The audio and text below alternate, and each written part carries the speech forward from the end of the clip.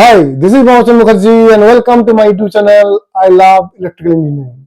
Today I will discuss the closing circuit of a 132 kV class SF6 circuit breaker and the tripping circuit, the tripping coil circuit of a 132 kV class SF6 circuit breaker. Today I will discuss on only for 132 kV SF6 circuit breaker. Next day I will discuss for 220 kV circuit breaker because 132 kV and 220 kV circuit breaker के अंदर कुछ difference होता है. जैसे 132 kV circuit breaker के लिए एक ही control cabinet रहता है, तीनों पोल एक ही साथ ऑपरेट होता है, तीनों के लिए कंट्रोल मैकेनिज्म बॉक्स एक ही रहता है. ओनली दो ट्रिपिंग कॉइल होता है एंड एक क्लोजिंग कॉइल होता है.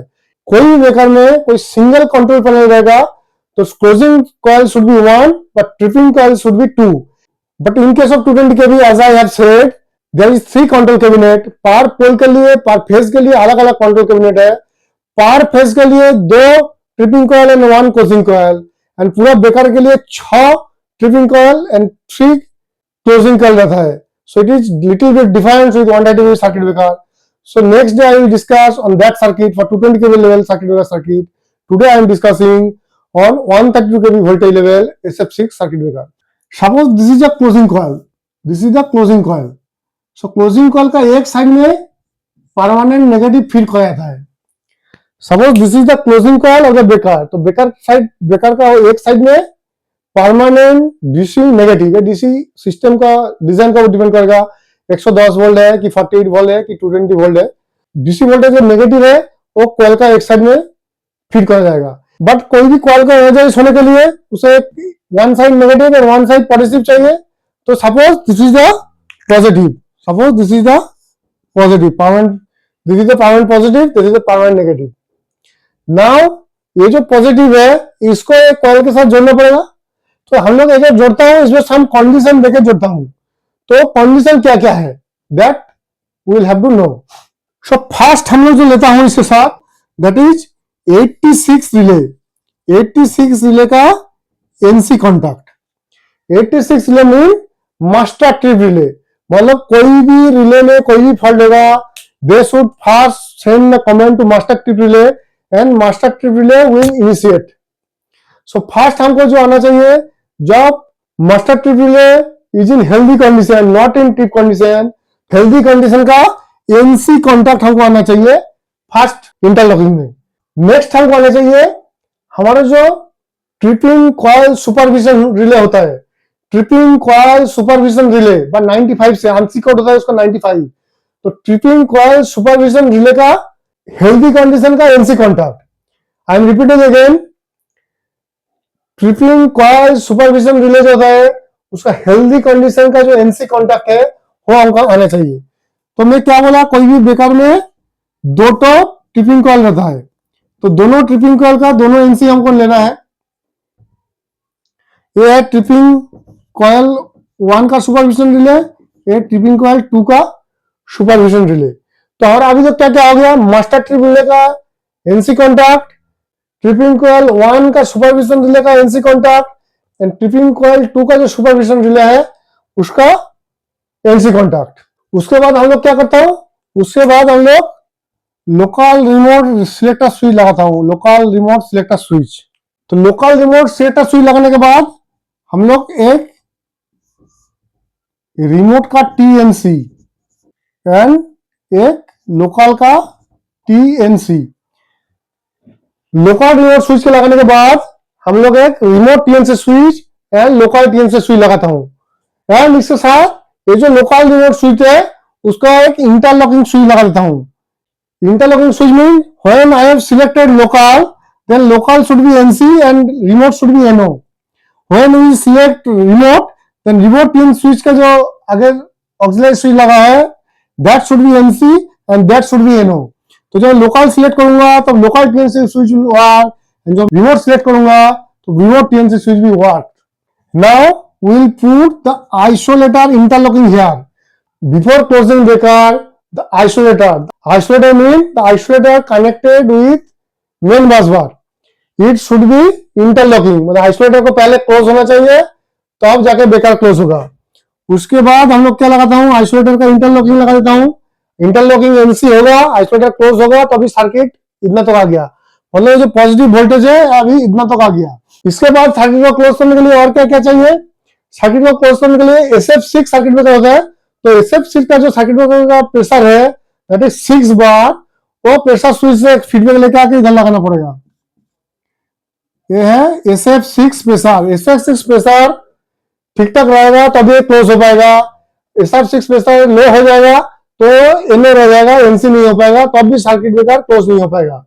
तो सर्किट ब्रेकर ऑन होने के लिए और क्या चाहिए? उसके बाद स्प्रिंग चार्ज मोटर का ऑन होना चाहिए, स्प्रिंग चार्ज होना चाहिए।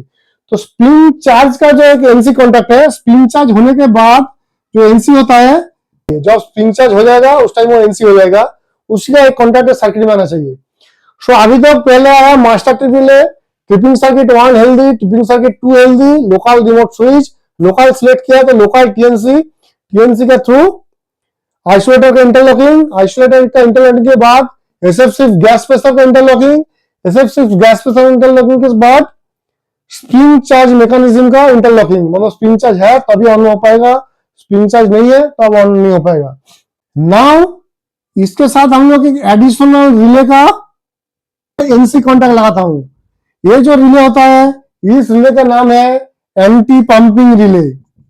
एंटी पंपिंग रिले, ये जो एंटी पंपिंग रिले है, ये एंटी पंपिंग रिले का एक एनसी कॉन्टैक्ट इसमें लेके आता हूं।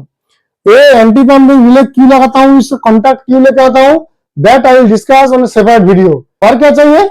और उसके बाद चाहिए सर्किट ब्रेकर का ऑन निकल के सर्किट ब्रेकर को ऑफ कंडीशन में होना चाहिए। तो सर्किट ब्रेकर जब ऑफ कंडीशन में रहेगा उसका एक एनसी कॉन्टैक्ट इधर होना चाहिए। मतलब सर्किट ब्रेकर का एनसी कॉन्टैक्ट जब ओपन रहेगा, ओपन कंडीशन में इसका एनसी कॉन्टैक्ट होना चाहिए। उसके बाद एक क्लोजिंग कॉइल के साथ जुड़ जाता है। तो जब फास्ट सिस्टम में कोई फॉल्ट नहीं है, मतलब 86 पिकअप में नहीं है, हेल्दी है, तो अब डीसी फास्ट इधर से आ गया इतना तक, डीसी पास होकर इतना तक आ गया। फिर ट्रिप सर्किट 1 और ट्रिप सर्किट 2 बोथ जब हेल्दी होगा तो अब डीसी पास होकर इतना आ जाएगा। Now you have selected the local, suppose you have selected the local 1, तो लोकल से लोकल टीएनसी तक डीसी पहुंच जाएगा, डीसी का पॉजिटिव इतना तक पहुंच गया। Now when I close this TNC switch, जब मैं एक लोकल टीएनसी स्विच को मैं क्लोज करूंगा, ये डीसी पास होके आइसोलेटर का इंटरलॉकिंग में आ जाएगा। तो आइसोलेटर का इंटरलॉकिंग जब क्लोज होगा, मतलब आइसोलेटर ऑलरेडी क्लोज होगा, तो डीसी पास होकर इधर आ जाएगा। नाउ सर्किट का SF6 प्रेशर जो क्या होगा तो एनसी रहेगा, तो अब डीसी इधर आ जाएगा। नेक्स्ट स्प्रिंग चार्ज जो क्या होगा तो डीसी पास होकर इतना तक आ जाएगा।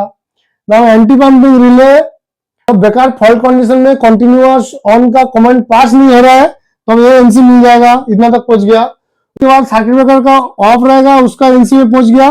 उसके बाद ये पॉजिटिव एक कॉइल में पहुंच जाएगा। जब एक कॉइल का पीछे पॉजिटिव और नेगेटिव बोथ मिल गया तो ये कॉइल एनर्जाइज हो जाएगा and circuit breaker will be closed.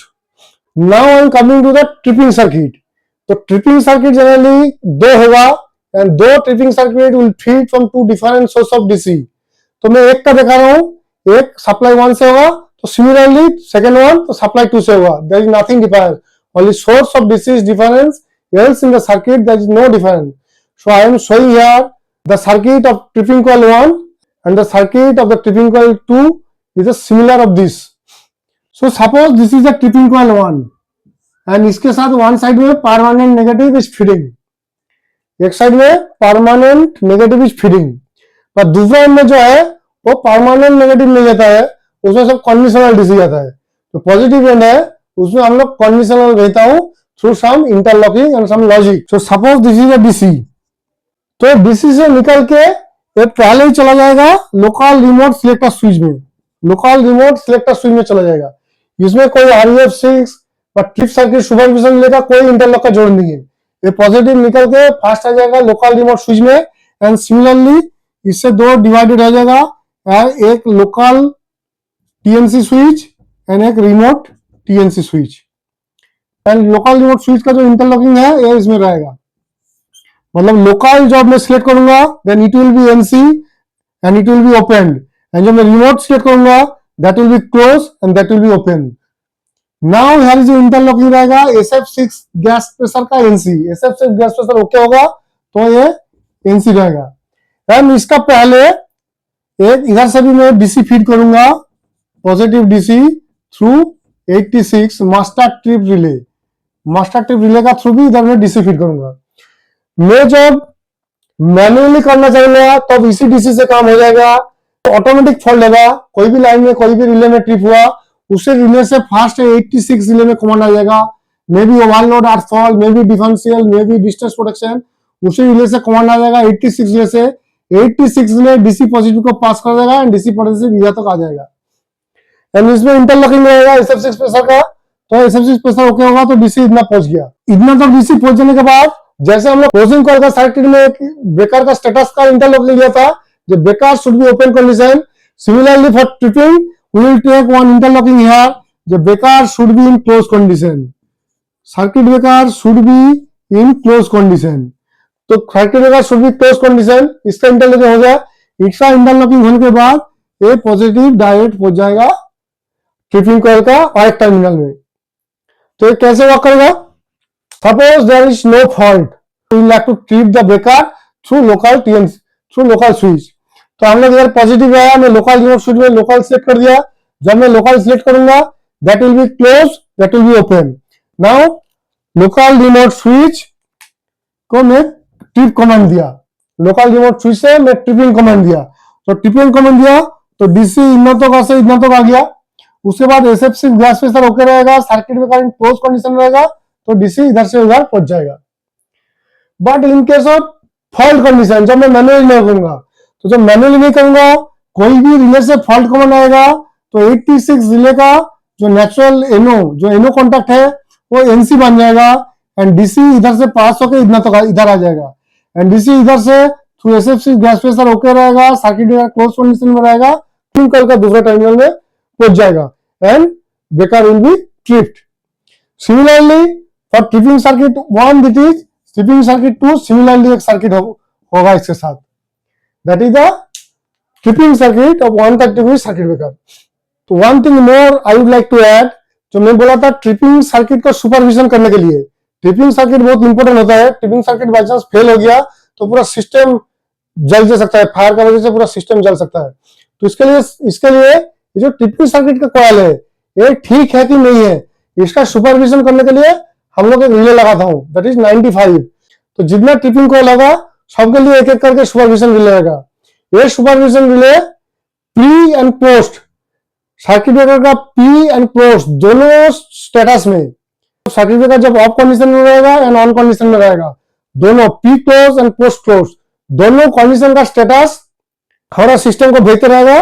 Then इसका जो स्टेटस है ये हमारा स्टार्टिंग कॉइल के साथ, स्टार्टिंग ब्रेकर का जो स्टार्टिंग कॉइल है उसके साथ इंटरलॉकिंग भी रहता है।